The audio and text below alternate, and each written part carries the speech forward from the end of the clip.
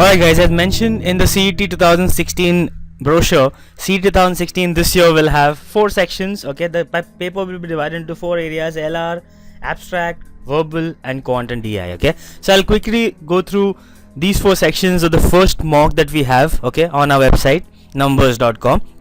But before that, if you haven't taken that mock, please continue watching this video till the time I start the mock discussion. Okay, so I'll just explain you how do you allocate timing to these areas. So first of all, let's talk about LR.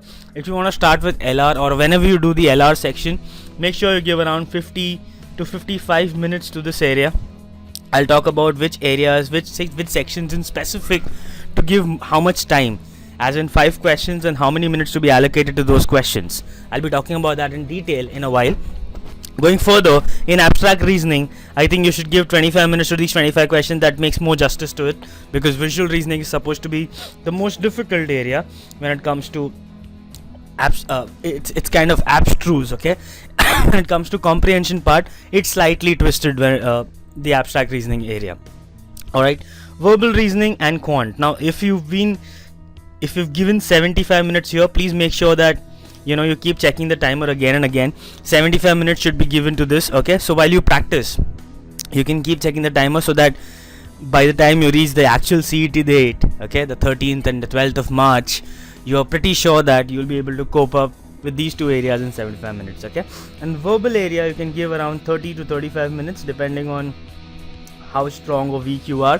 If you're really bad at verbal, you may allocate 35 minutes. Okay, and accordingly, quant and DI, you'll give 35 to 40 minutes because of data interpretation out there, which will be a little calculation intensive. So strategy number 1 is simple. Start with LR, go to any of these 2, finish one of these, finish a few questions of abstract. Okay, so for example, if I were to write a CET mock, so this is for those who haven't taken the mock yet. Okay, I'll start with LR, finish everything except caselets and puzzles. Okay, except caselets and puzzles, I'll finish everything. Okay, and I'll try to finish this because the allocated time is 55 minutes, and the rest of the things apart from caselet and puzzle is going to be very simple. It's just a cakewalk.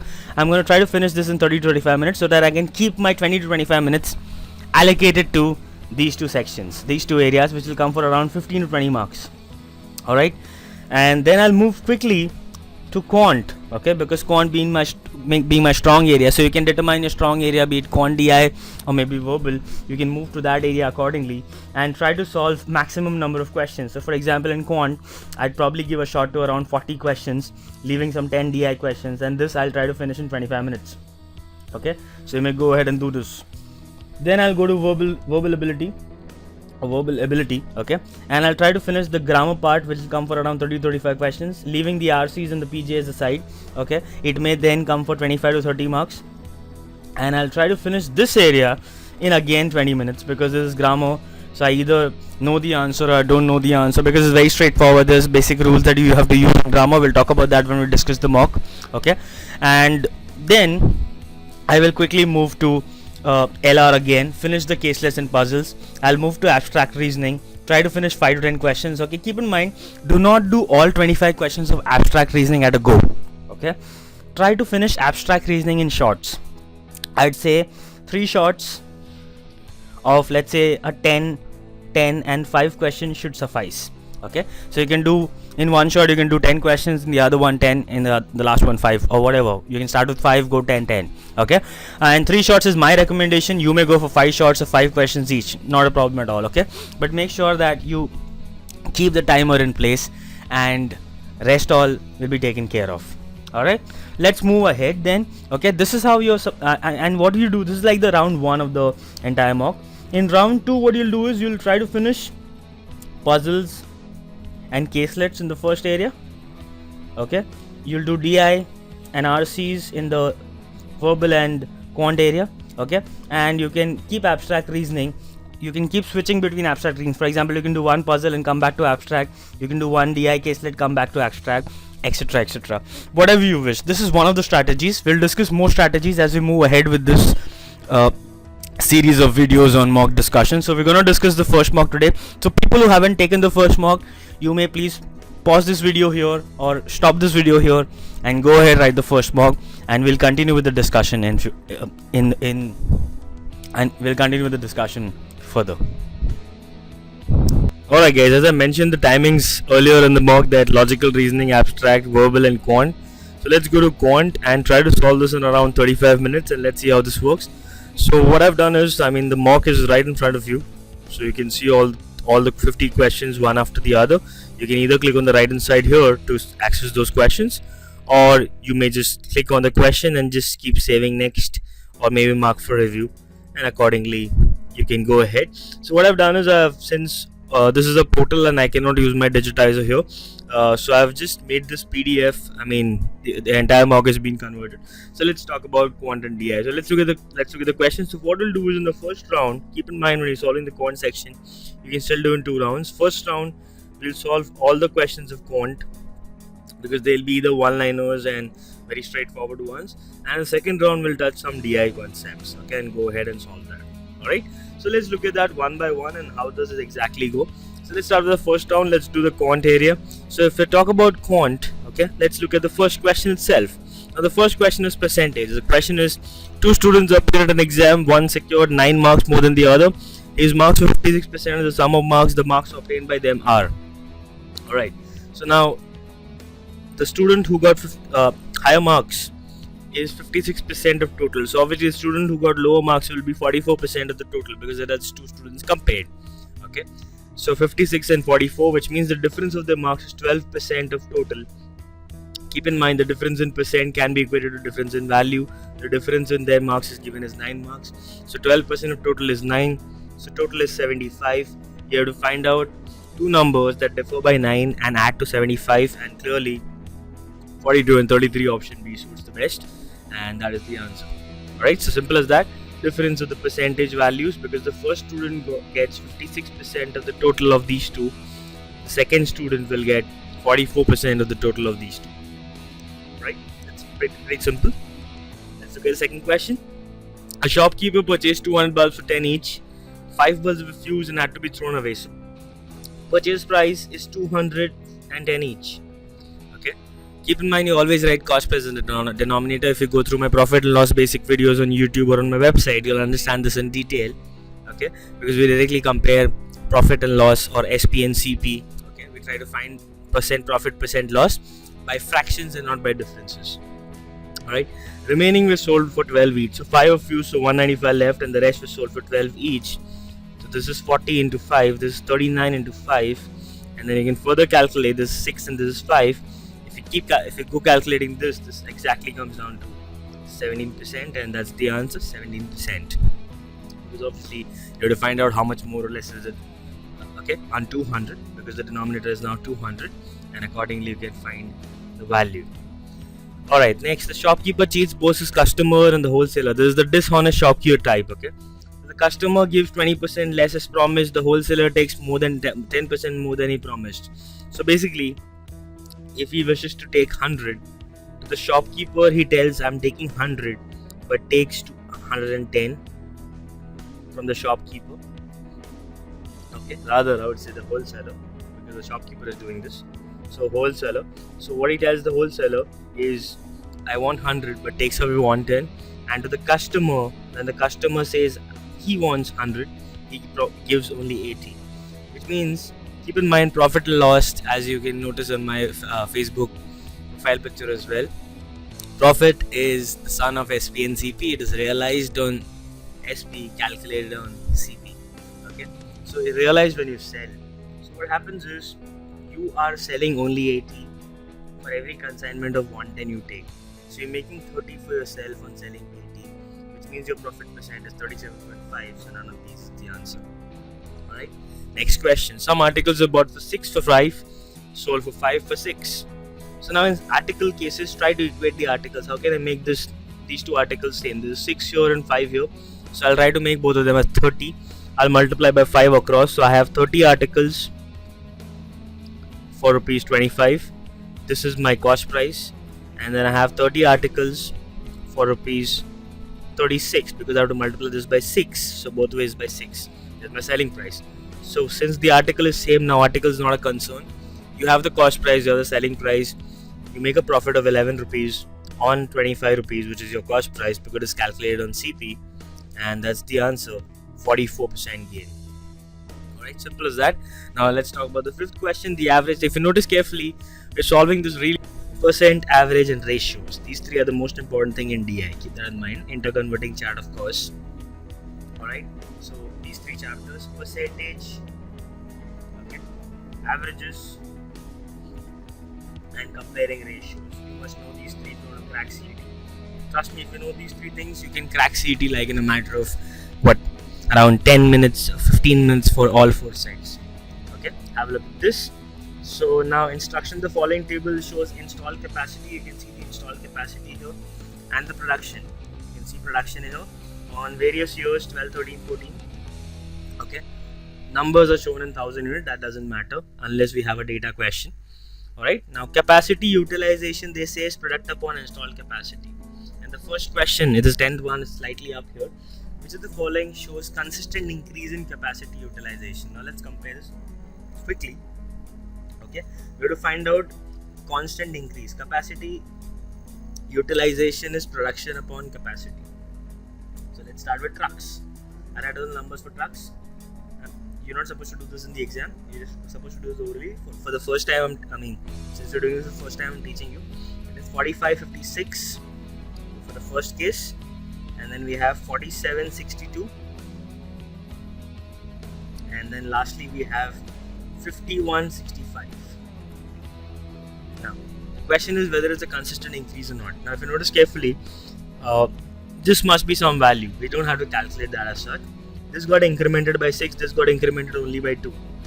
Okay, which means it is definitely not an increase, because if you wished an increase, if this goes up by 6, this must go up by at least 6. So definitely truck is eliminated. Okay, let's look at the next one. Tempos, 63 by 70.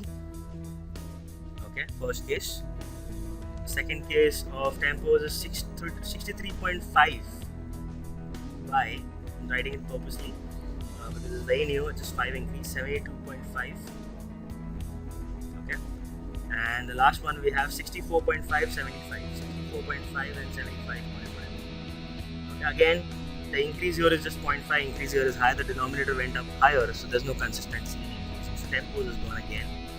Alright, the next one is scooters. Have a look at scooters. I'll write the first two numbers, 12 here and 14 here. So it is 12 by 14, I'll write it here itself. 12 by 14, then we have 16 by 18, and then we have 19 by 21. The difference of each of this is 2 each. So definitely it's a consistent increase. Scooter is a win-win. Auto rickshaw, I have 56 by 98, or 5 by 9 I'd say. Then I have 64 by 87, which is denominator is going down and the numerator is going up, a definite increase. And then lastly I have 69 by 72, same thing, so a definite increase again. See, in this case you notice denominator is constantly decreasing, numerator is increasing, so the values keep increasing. So auto rickshaw is also in. Jeep is not there in the option, it seems, and bikes, if you notice. Okay, so bikes is the fifth option if I'm not wrong. Yes, bikes is the last one. So bikes we have 12 by 15. Okay, then we have 13 by 16. Yeah, and then finally we have 13.5 by 17.5. Now there's an increase here, fair enough. Okay, but increase here is not as much as the increase here. Denominator is going up by much higher value than the numerator, so the answer is only 3 and 4 are doing so. Scooters and auto rickshaws. Alright, simple as that. So that's how you compare ratio. That's what I mentioned. I started off with the same thing. You have to know the ratio comparison method, and that should be great. If you know this method really well, and if you practice this for the next at least 5 to 6 days, I'm sure you'll master this method. Alright, which of the following categories have shown maximum increase in installed capacity in the year? So we're going to compare these two values from 12 to 14. So let's look at 56, 65. We'll keep that in mind as a good increase. It's an increase of decent 90 odd numbers. 56 on 7. Okay, this one, if you notice, 14 by 21 is a sharp rise, because 14 by 21, okay, or rather I write it final by initial because that's what I like doing, is 3 by 2, which is almost 50% increase. So highest is by far scooters. This is a decrease. Jeep is a constant, and bikes is not as much as 50. Scooters will benchmark 50, and scooters is highest because none of them is even equal to 50, nearing 50. So the answer is scooters. This is the following pair of category, and here shows maximum capacity utilization. Now to find out max capacity utilization, let's look at the options here. Tempos in 2012. Now tempos in 2012, 63 by 70 is the capacity utilization. We have to find out maximum capacity utilization. 63 by 70 is what we've got. This is 0.9. So this is 0.9. Scooters in 13. Scooters in 13 is these two. So we have 16 by 18, which is kind of 8 by 9. Okay, 8 by 9. 1 by 9 is 11%. 8 by 9 is 88%. Not as much as scooters, however. Tempos in 2012, however. Right. Third one is scooters in 14. Scooters in 14 is 19 by 21. Okay. Now 19 by 21 is not as much again as 90%, because 21's 90% is more than 19. Okay. So no, it's 18.9. 21's 90% is 18.9, and it's slightly above that. But you have to look at 1965 and 21-22. Definitely this is higher, because 1965 is much higher than 90% of this. Even if 21.22, okay, it will exceed. It will not exceed 1965. So scooters in 2014 is a winner right now. Auto rickshaws in 2014. Auto rickshaws in 2014 is 69 upon 72. Okay, that's like 23. Notice carefully. I'm just approximating these numbers. Okay, because they'll not be, if they're as close, still they'll be taken care of. 23 by 24. 23 by 24 is much above 90%, and that's the answer, it seems. Auto rickshaws in 2014. This is the following categories have shown a pair of category, and you're showing minimum capacity utilization. Now to find out where you find the capacity utilization to be minimum. Okay, trucks in 13. I've noticed trucks in 13. Just if you notice carefully, it's all about comparison. So it's like I'll just write, instead of 478, I'll write 48. 48 by 62. Okay, 48 by 62. I can just kind of minimize this to around 12 by 15. 12 by 15 is as good as 4 by 5, which is 80% approximately. Alright, so I won't say it's 80% exact, because we've reduced the denominator, so it's going to be slightly below 80. Auto rickshaws in 12. Auto rickshaws in 12, if you notice, it is 56 by 98. Okay, 98's half is 49, which is slightly more, is 56. So auto rickshaws in 12 is approximately 50%. Jeeps in 12. Jeeps in 12, if you notice, is 22 by 41. Rather, I'll say 42. Okay, this is like almost tending to 50%. Okay, which is much lesser than this one. Jeeps in 13 is 23 by 42, which is not as much as this much. Okay, so this is the least, I guess. 42 and half of 42 is 21, and this is 22.8, so approximately the same. So the answer is Jeeps in 2012. This is the following pair of category shows maximum percentage increase in production over the previous year. Okay, production over the previous year. So we're to find out, for example, scooters in 13. Okay, scooters in 13 is 16. Scooters in 12 is 12. 12, and it went to 16. The rise is 4 on 12, 33%. Okay, we're to find out maximum. Scooters in 14. Scooters in 14 is not 33%, because the rise is just 3 on 16. 3 on 16 is not going to be 33%. You need at least a 5.5 on 16. Okay, trucks in 14. Trucks in 14, if you notice, okay, it is 47 by 51. I'll keep it 48 by 51, because both are cancelable. 16 by 17. Increase is only 1 on 16, not as much as 33%. You have to increase by at least 1/3. Keep that in mind. Okay, to beat this guy, you have to increase at least by 1/3. Okay, so bikes in 13. Auto rickshaws in 13. Auto rickshaws in 13. No, sorry, we're missing on bikes in 13. Bikes in 13. Okay, it's not 1/3. 1250 is 1/3, is around 400, and we're just hardly increasing 50. Auto rickshaws in 13.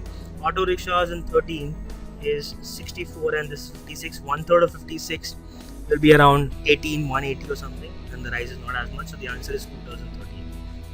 So that's how you solve what the guys said. Okay. Alright guys, so let's take this forward. Let's look at the first mock of numbers. Okay, let's look at the first CET mock. You can find this mock on www.numbers.com, and you can find a bundle there saying CET mocks. We'll have 10 mocks on the latest pattern. All the mocks are divided into the sections, the 4 sections that I mentioned earlier in the introduction. Alright, let's look at the mock. Okay, so now if you look at the mock, Now we have this 4 sections: LR, abstract. Okay, you can click abstract, you can go to abstract, you go to verbal, and from here you go to quant. Okay, so let's say I want to start with LR. Now when we start with LR, we look at the first question. Now this is an inequality based coding question. Now usually inequality based coding, okay, all these kind of questions, inequalities based coding, will come for around 5 marks. Okay, all these are types of LR that can be asked, various topics of LR. One of them is inequality based coding. So let's dig into this and see how you can solve this. Okay, have a look at it. Now there will be instructions given to you. If you look at the left hand side, the directions are given to you. There are 5 symbols used, and accordingly they have inequalities. Inequalities means greater than, less than, equal to. Alright, so now dollar means smaller than, so I'll just write it this way: dollar is less than. Alright, so first quickly I'll write this down. Asterisk means neither smaller nor greater, so asterisk means equal to. Alright, if you move further, hash is greater than or equal to, so hash is basically greater than, equal to.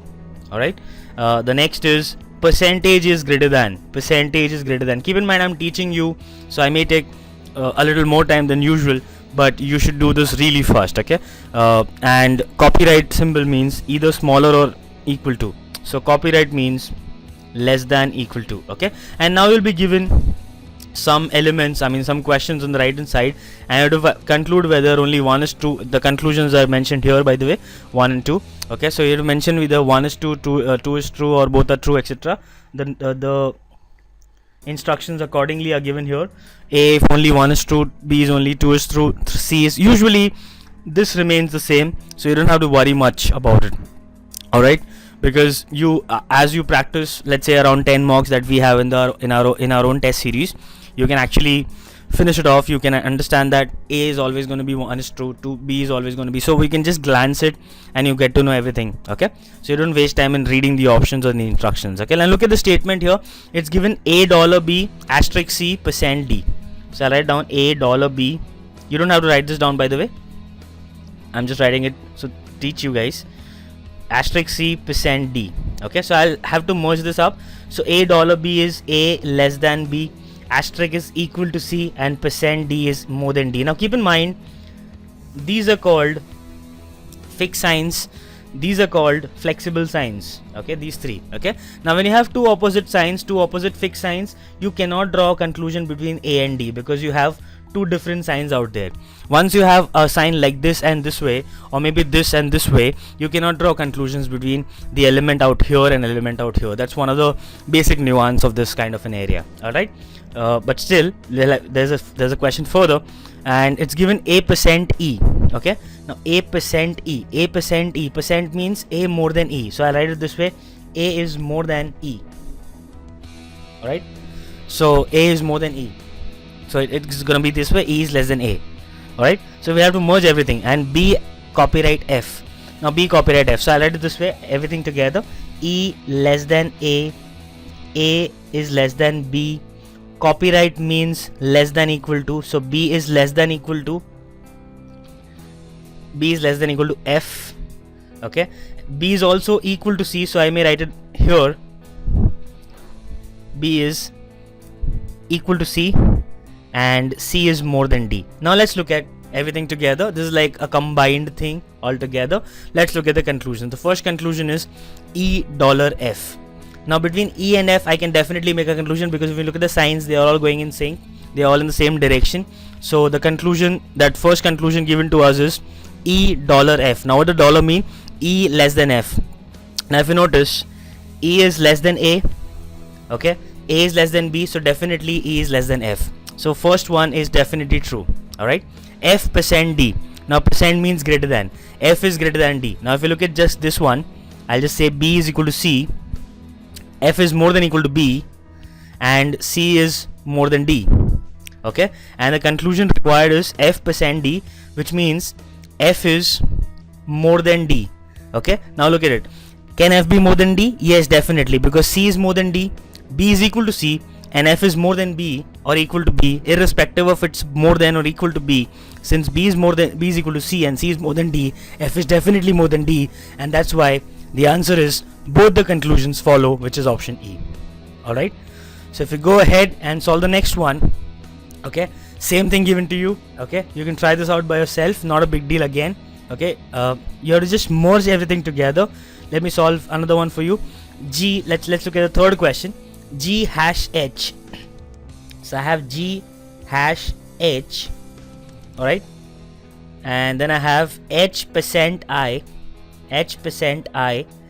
star J, okay, I star J, and then I have L hash H, which I have to make it inside this, and finally I have M copyright I have H.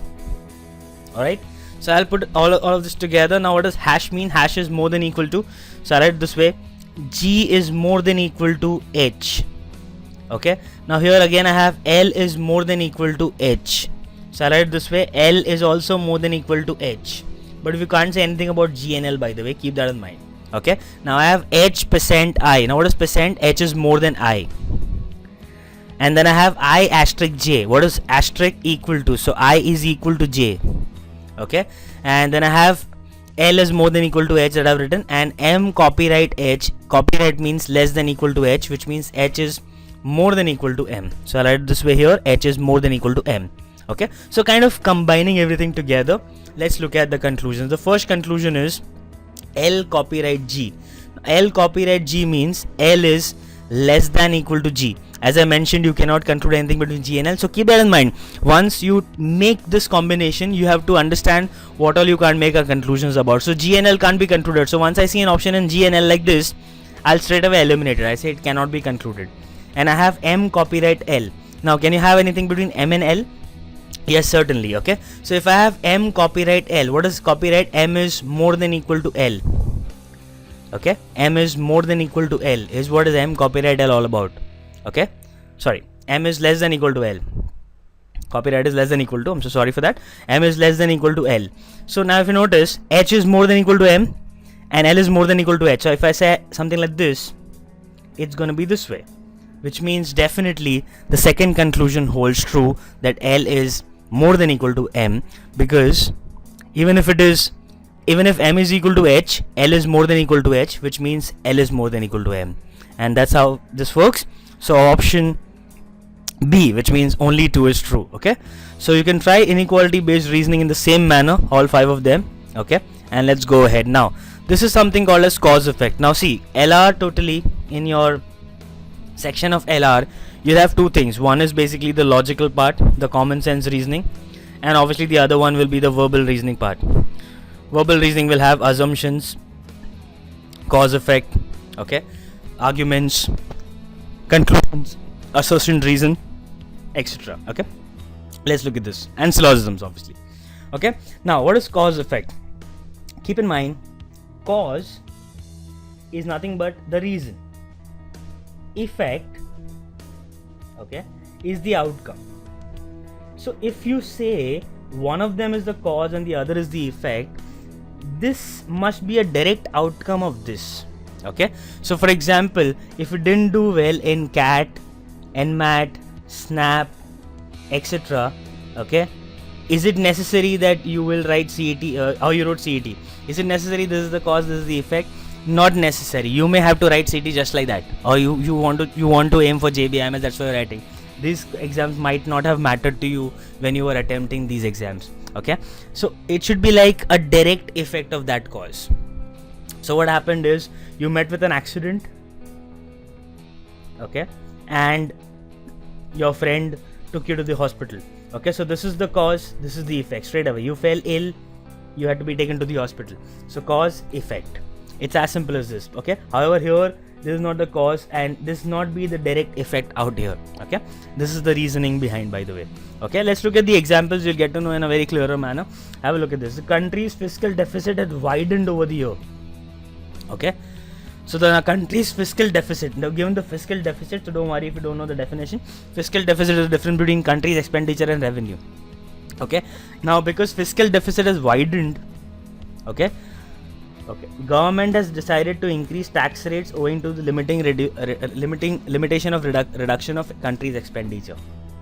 Okay, now understand this. What is happening here is, country's fiscal deficit has widened. Now when fiscal deficit widens, okay, this goes up, obviously the immediate effect would be tax will be increased. Alright, fair enough. So simple as that. So A is the cause and B is the effect, which is nothing but option B. B is the effect and A is the immediate and the principal cause. Keep that in mind. Immediate and the principal cause. In this case, in this case, previous case, that a cat and mat snap case, okay, this might not be the principal cause of you writing CET. Okay, but here you taken to the hospital, this is the principal cause of you being taken to the hospital. Okay, so keep that in mind. It must be the principal, it must be the main cause. Okay, it must be a.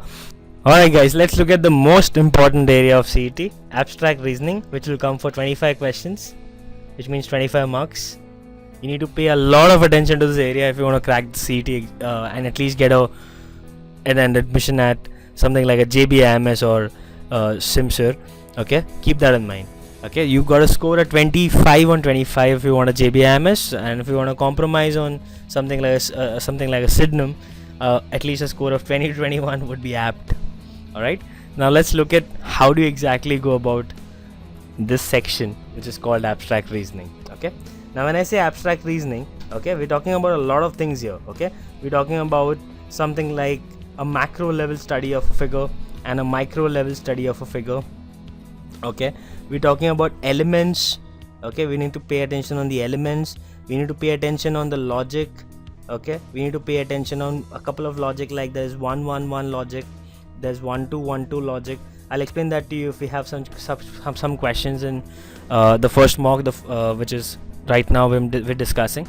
Okay, we need to understand what is water image, you need to understand what is a mirror image, but the bottom line remains, it is always about rejecting the option, okay, and not selecting the option. Okay, we'll try to find out differences in the option and reject the option and straight away get the answer. So let's dig into this. Let's look at the instructions. Two set of figures, problems and the answer figures.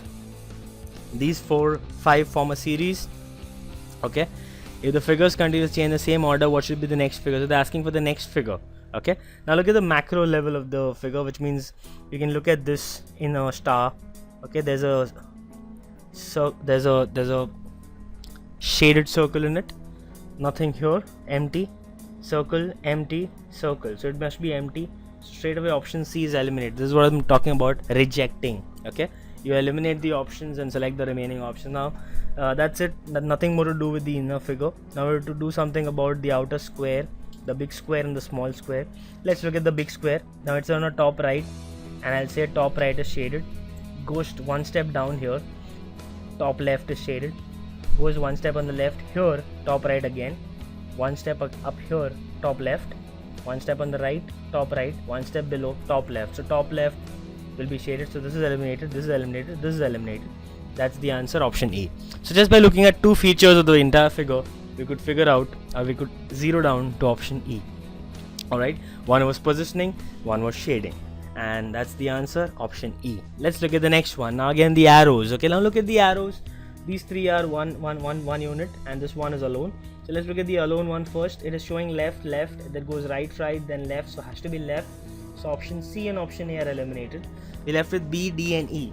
Okay, now let's look at these three arrows, 2 down, 1 up, so I'll say D, D, U. Okay, now what happens? All three down, so this guy changed position. Okay, these two were same. Then it's up, down, so this guy remains same, these two change. So it's what's happening is, in the first case only one arrow, the rightmost, is changing its orientation. In the next case the left two are, in the next case again the right one is, in the next case the left two are, in the next case the right one will. So all three will face down, which is nothing but option D, and that's it. Alright, now in this case don't be scared here. Okay, you can look at them as 4 rows and find the empty box and accordingly try to figure what's happening exactly. Now look at the first row, the empty boxes are the second position, goes to the third one, fourth, fifth, sixth. Now it won't go seventh, obviously there's no space, so it'll come back here. So this must be empty. Here is there, empty, empty. That's it, only 2 options. So D is gone, B is gone, A is gone.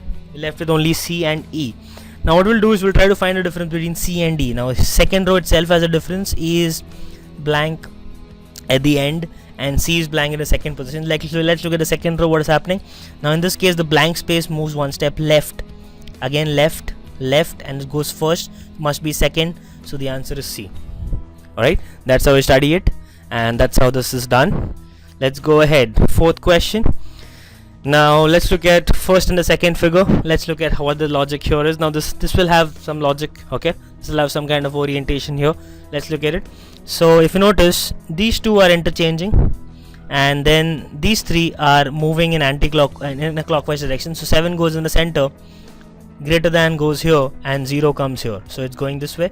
From here to here is the same thing happening. No, these two are not exchanging now, instead these two are exchanging, notice, and these three are going in again clockwise. So it's like the logic 1 is used here, logic 2 is used here. Now whenever you have L1, L2, have a look at this please.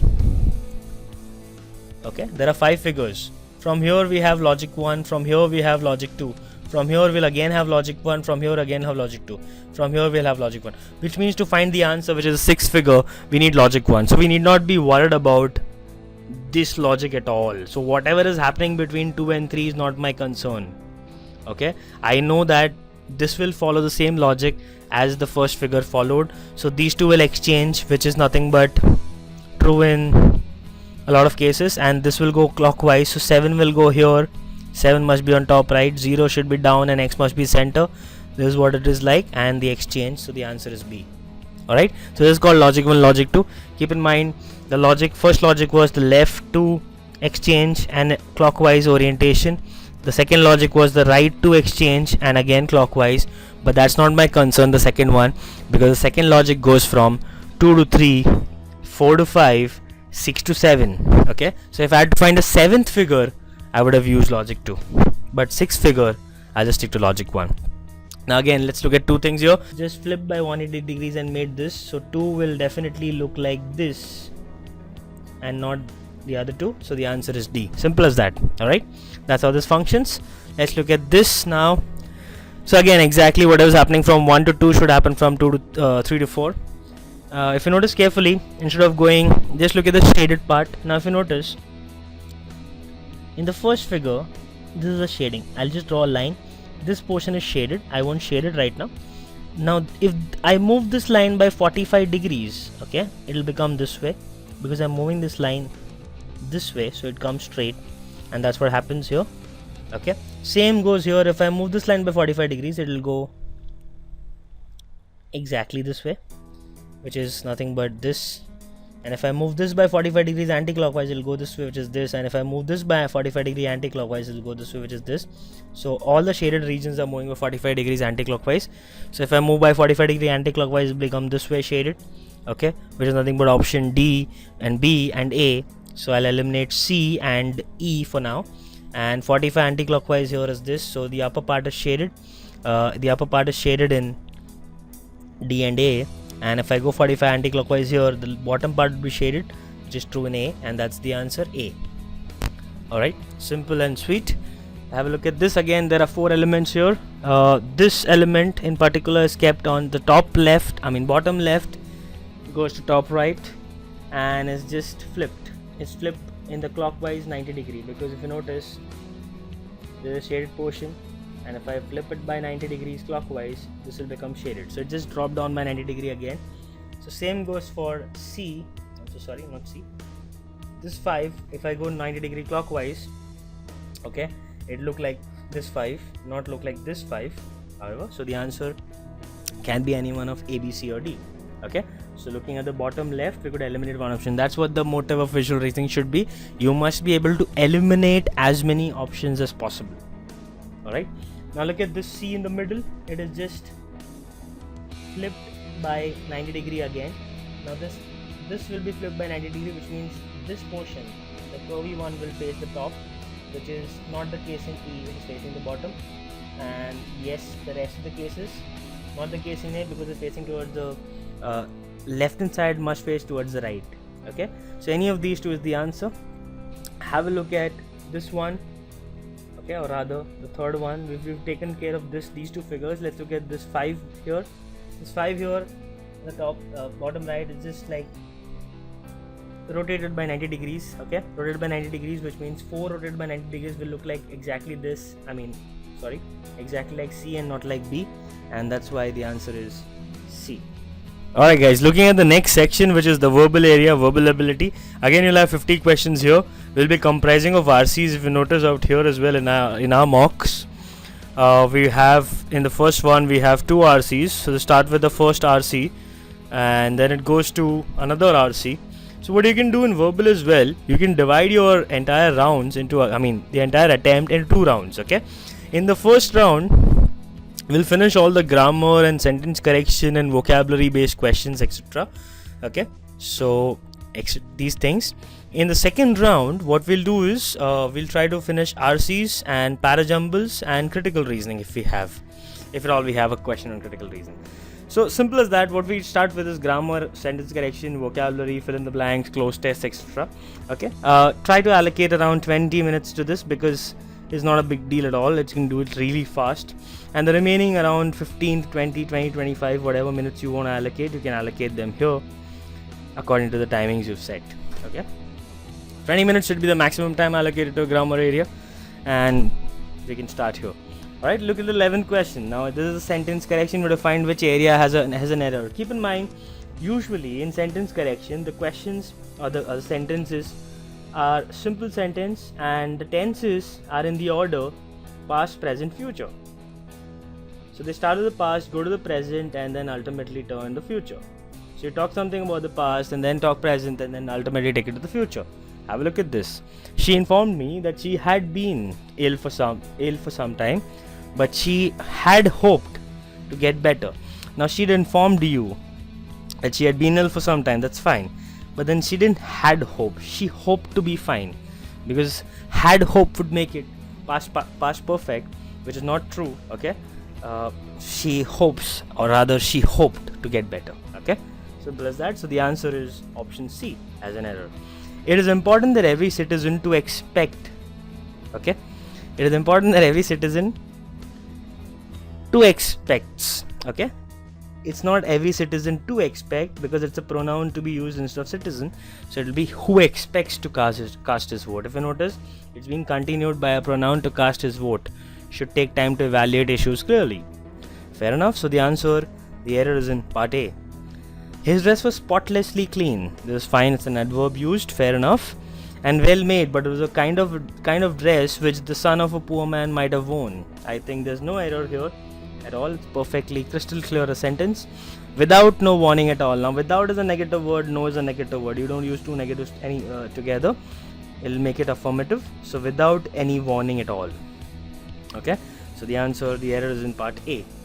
When gold was discovered in 1849, there was a mad stampede by people to either buy the land in the area and lease it. Now it's used either, we've used either here, so either will be always followed by or. Okay, so either buy land in the area or to lease it. Okay, so fair enough, the answer is in this case is D. Okay, let's look at FIBs now. Okay, fill in the blanks. Now keep in mind, fill in the blanks, you understand two things here. You don't have to know the meanings of every word, but just know the tone of the sentence. Okay, and obviously the context in which we'll have to use the word. Okay, let's look at it. It is blank that who expect blank from the others seldom honest themselves. Now they're saying seldom honest themselves. We're not focusing on the blanks for a while. Okay, when you practice, you do it this way, so that in the exam it gets really smooth for you. You can solve these questions in a matter of 5 seconds. Seldom honest themselves. They're saying that they are seldom honest themselves, which means it's kind of showing opposite ideas. Now opposite ideas are not doubtful, doesn't mean stupid, unpardonable. It means paradoxical. Okay, it is paradoxical that people those who expect probity is genuineness, okay, or trust. Okay, they are seldom honest themselves. Fair enough. Okay. However, unless we've reformed our archaic laws to facilitate economic growth and infrastructure growth, we cannot make development. That's what E is saying, and that's why it's weakening the entire argument. Alright, so you just pay attention to this. I mean, take some time and do it. It's not there shouldn't be a hurry here. You must take 35 to 40 minutes for the entire section of verbal ability. When it comes to synonyms, antonyms, and Sentence correction, you might take a little less time, so you can invest a little more time in these kind of things so that you don't make mistakes. Alright, now which of the following, if true, mostly supports the argument? Okay, now look at the instruction given. In parts of South America, vitamin A deficiency is a serious health problem, so there is a concern. Okay, especially among children. In one region, agriculturists hope to improve nutrition by encouraging farmers to plant a new variety of sweet potato called SPK004 that is rich in beta carotene, which body converts to vitamin A. So they are saying that agriculturists are promoting or encouraging the farmers to plant a new variety, okay, which body can SPK004, which is rich in beta carotene, which body converts to vitamin A. The plan has good chances of success since sweet potato is a staple of. So fair enough, it is a good chance of success because sweet potato is a staple diet. Alright, and other known varieties contain little beta carotene. Now we have to find out which of the following most strongly supports the argument. What does the argument mean? You have to encourage the farmers to plant SPK004. There are other vegetables. First option, there are other vegetables currently grown in the region that contain more beta carotene than currently cultivated varieties of sweet potato do. Now this kind of doesn't support the argument because we're not talking about other vegetables right now, we're talking about promoting SPK004. The flesh of SPK004 differs from that of currently cultivated sweet potato in colors and textures, so traditional food would look somewhat different when prepared from SPK004.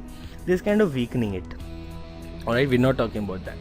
For successful cultivation of SPK004, soil significantly richer in nitrogen needed than varieties of sweet potato currently cultivated region. Again, this is weakening it because you don't know the condition of soil out there. There are no varieties of sweet potato that are significantly richer in beta carotene than SPK4 is. This is kind of strengthening it, but because it's saying that there is no other variety of sweet potato which is richer than SPK004, so SPK004 must be promoted. This is kind of strengthening it. Okay, let's look at E. Currently cultivated varieties of sweet potato do not contain any other important nutrient SPK004 lacks. This is more strengthening than this because of a reason that this just takes care of rich in beta carotene, but E as an argument takes care of two things. It not only takes care of the rich in beta carotene but also takes care of the fact that do not contain any other important nutrient that this lacks, which means SPK004 does not lack any other nutrients and is also rich in beta carotene, and that is why E is favoring it the most. Alright, so the answer is E in this case. So you can try these questions by yourself now, later on, again sentence correction and everything like that, and take it forward from here. If you have any doubts or any difficulties, just let me know, just push me a message out here and I'll be definitely be pleased to help. Thank you very much. I hope you had a good time learning verbal.